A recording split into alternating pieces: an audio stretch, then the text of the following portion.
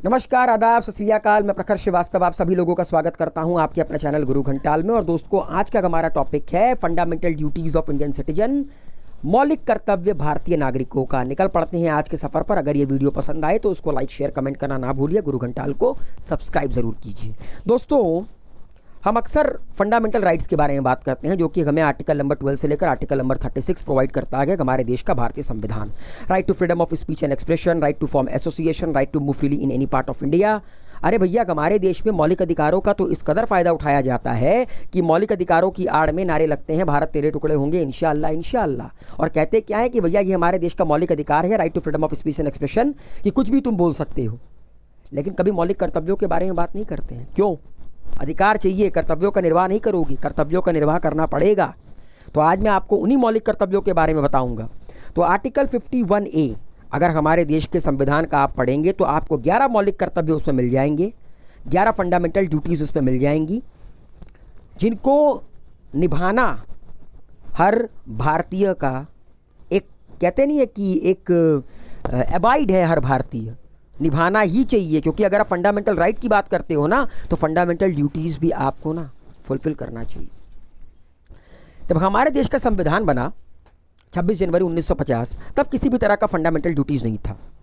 हुआ कुछ ऐसा कि 1976 में, 1975 से 77 जब हमारे देश में इमरजेंसी लगी थी, तब इंदिरा गांधी सरकार को ये लगा कि हमारे देश में फंडामेंटल ड्यूटीज़ भी होनी चाहिए। तब जाकर 42nd अमेंडमेंट एक्ट 1976, जो कि इंदिरा गांधी की सरकार में किया गया, हमारे देश के संविधान का 42वां संशोधन, जिसको कि मिनी कॉन्स्टिट्यूशन ऑफ इंडिया भी कहते हैं, उसमें 10 फंडामेंटल ड्यूटीज़ हमारे देश के संविधान में ऐड किए गए। और 11वां फंडामेंटल ड्यूटीज़ ऐड किया गया जब भारत के संविधान का 86वां संशोधन किया गया 2002 में, 86th अमेंडमेंट एक्ट 2002, तब जाकर 11th फंडामेंटल ड्यूटीज़ ऐड की गई। तो मतलब कि हमारे देश के संविधान में टोटल 11 मौलिक अधिकार बताए गए हैं, जो कि हर नागरिक को उसको फॉलो करना चाहिए, उसे मानना चाहिए। और याद रखिएगा, स्वर्ण सिंह कमेटी, उनकी रिकमेंडेशन पर ही ये फंडामेंटल ड्यूटीज़ पिक्चर में आई, इसका जन्म हुआ। तो स्वर्ण सिंह का नाम कभी मत भूलिएगा कि ये जो फंडामेंटल ड्यूटीज़ है ना, इनका जो कॉन्सेप्ट है, ये उपजा किसके दिमाग से? ये उपजा स्वर्ण सिंह के दिमाग से, स्वर्ण सिंह कमेटी के दिमाग से। तो part 4A, article 51A of the Indian constitution deal with the fundamental right of the Indian citizen. अब मैं आपको एक एक कर उन 11 फंडामेंटल ड्यूटीज़ के बारे में बताऊंगा। ओके, पहला फंडामेंटल ड्यूटीज़ क्या है? To abide by the constitution and respect it ideals and institution, the national flag and national anthem. कि हम सब अपने देश के संविधान से अबाइड हैं, मतलब हमारे देश में संविधान से बड़ा कुछ भी नहीं है, हम सब संविधान से अबाइड हैं, बंधे हुए हैं। और हम इसके आइडियल्स की, इसके अंदर जो मेंशन इंस्टीट्यूशंस हैं बड़े बड़े, नेशनल एंथम, नेशनल फ्लैग, इन सब की इज्जत करेंगे। याद रखिएगा, इंस्टीट्यूशंस क्या क्या हो गए? इंस्टीट्यूशंस में हो गए जितने भी बड़े बड़े आपके यूनियन पब्लिक सर्विस कमीशन होती है, फिर आपका कैग वगैरह हो गए, जितने भी इंस्टीट्यूशंस होते हैं, हम सब की रिस्पेक्ट करेंगे। हम अपने नेशनल एंथम की रिस्पेक्ट करेंगे, हम अपने नेशनल फ्लैग की रिस्पेक्ट करेंगे। लेकिन बहुत सारे लोगों की नानी मरती हैं नेशनल एंथम में खड़ा होने में, हिलते रहते हैं, पता नहीं किस किस पोज में खड़े रहते हैं, कौन सी मॉडलिंग चल रही होती है। ठीक है, अरे भैया, 56 सेकंड अगर तुम अपने देश के लिए, 56 सेकंड अगर तुम अपने देश के लिए खड़े नहीं हो सकते, तो लानत है ऐसे नागरिक होने पर। ठीक है, नेशनल फ्लैग सिर्फ 15 अगस्त 26 जनवरी को निकल जाओगे नेशनल फ्लैग लेकर, ठीक है, शाम तक होते होते भारत की सड़कें पटी रहती हैं। तो भैया, अगर नेशनल फ्लैग की इज्जत नहीं कर सकते ना, अगर उसको ज़मींदोज़ करना है ना, तो ख़रीदो मत। ये सब करने की ज़रूरत नहीं है। सबको पता है कि हमारे देश में मीर जाफ़रों की कमी नहीं है सब एक से बढ़कर एक। So please don't do this. तो पहला फंडामेंटल ड्यूटीज़ ये है कि हमें अपने देश के संविधान की मतलब इज्जत करनी है। हमारे देश के संविधान में जितने भी आइडियल्स हैं, इंस्टीट्यूशन गए, नेशनल फ्लैग, नेशनल एंथम, सबकी इज्जत करनी चाहिए। दूसरा, to cherish and follow the noble ideals which inspired our national struggle for freedom. जो 200 साल हम अंग्रेज़ों की गुलामी सहे, कई लोगों ने अपना सुप्रीम, कहते हैं ना कि सेक्रीफाइस किया हमारे देश को आज़ादी दिलाने के लिए। तो हमें उनकी इज्जत करनी चाहिए, उनके आइडियल्स की, जो कि हमें इंस्पायर करते हैं, उनकी इज्जत करनी चाहिए। हमें कोई हक नहीं है कि आज हम यहाँ बैठकर जो पास्ट में लोग थे उनको जज करें, कोई हक नहीं है हमें, क्योंकि हम उस वक्त प्रेजेंट नहीं थे। अगर हम उनकी जगह पर होते तो शायद हम तो कुछ भी ना कर पाते।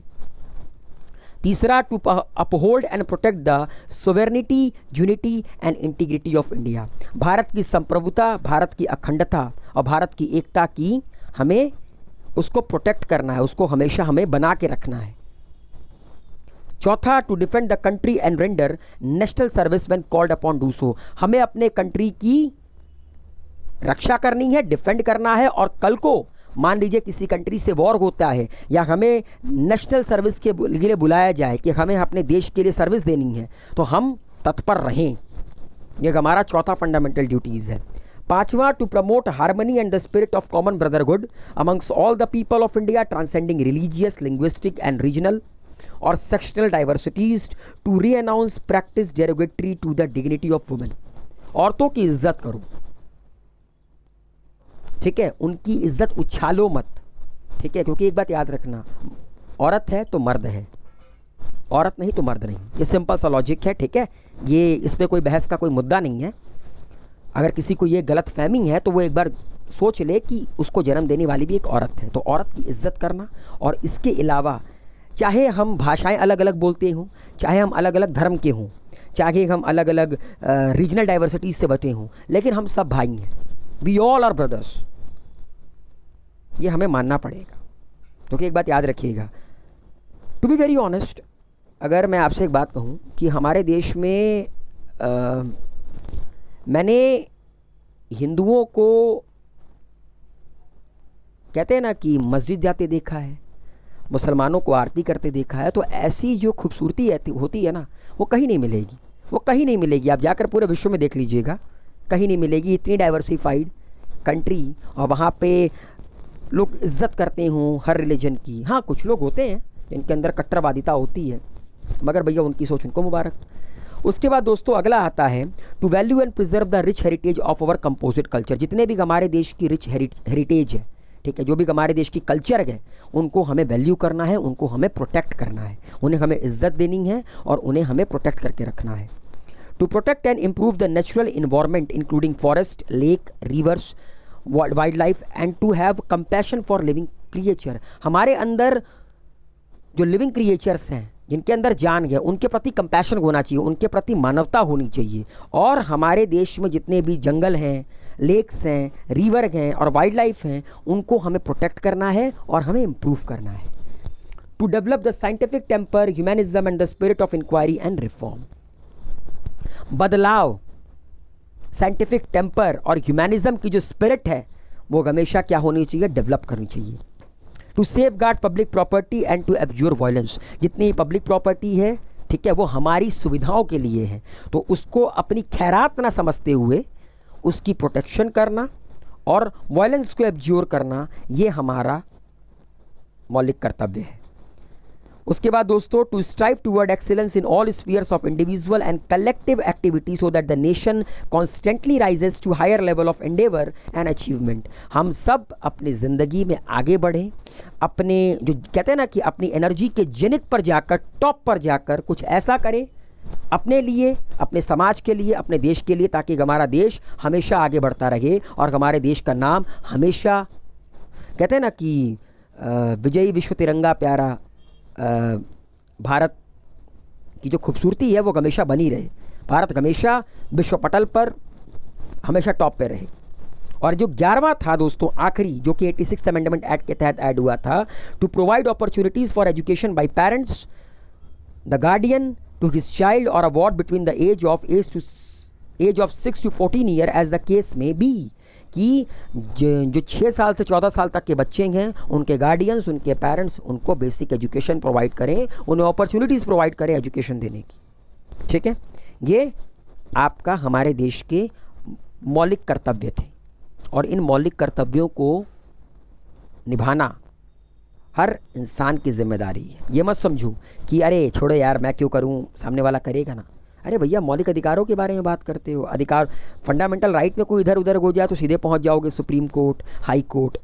अगर मान लो हमारे देश में तानाशाही होती और कहा जाता कि जो फंडामेंटल ड्यूटीज़ नहीं मानेगा, जो नेशनल फ्लैग की इज्जत नहीं करेगा, जो नेशनल एंथम में खड़ा नहीं होगा, उसको 100 कोड़े मारे जाएंगे, हालत ख़राब हो जाती। तब तो कहते कि भैया हम तानाशाही में जी रहे हैं। तो यार फंडामेंटल ड्यूटीज़ की भी इज्जत करो। अब मैं आपको बताता हूँ कि ये फंडामेंटल ड्यूटीज़ की इंपॉर्टेंस क्या है। पहली चीज़ ये देखो दोस्तों, कर्तव्य हमेशा इंसान को ना, कहते हैं ना, मैच्योर बनाता है। कर्तव्य हमेशा इंसान को जिम्मेदार बनाता है। तो कहीं ना कहीं फंडामेंटल ड्यूटीज़, हमारी जो ड्यूटीज़ है हमारी सोसाइटी के टूवर्ड, हमारे फेलो सिटीजन्स के टूवर्ड, नेशन के टूवर्ड, वो हमें रिमाइंड कराती है। दूसरी, हमारे देश के लोगों को anti national and anti social activities, इसके अगेंस्ट वार्न करती है। मैंने कहा ना, भारत तेरे टुकड़े होंगे इंशाल्लाह इंशाल्लाह, ये एंटी नेशनल एक्टिविटीज़ है।